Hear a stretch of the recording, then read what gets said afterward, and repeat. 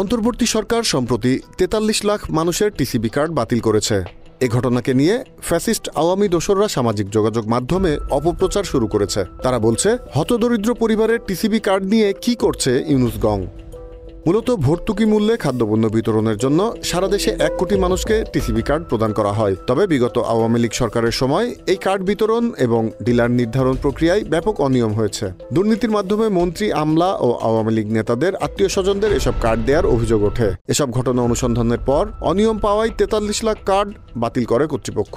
অন্তর্বর্তী সরকারের বাণিজ্য উপদেষ্টা শেখ বসিরউদ্দিন জানান, বিগত সরকারের আমলে বিভিন্ন প্রতিষ্ঠানকে যেভাবে ধ্বংস করা হয়েছে তার একটা প্রকৃষ্ট উদাহরণ হচ্ছে সরকারি প্রতিষ্ঠান trading corporation of Bangladesh TCB. এমন পরিস্থিতিতে নিজেদের দুর্নীতির দায় বর্তমান সরকারের ঘাড়ে চাপাতেই এ ধরনের অপপ্রচার চালাচ্ছে আওয়ামী ফ্যাসিস্ট ও তাদের দোসররা।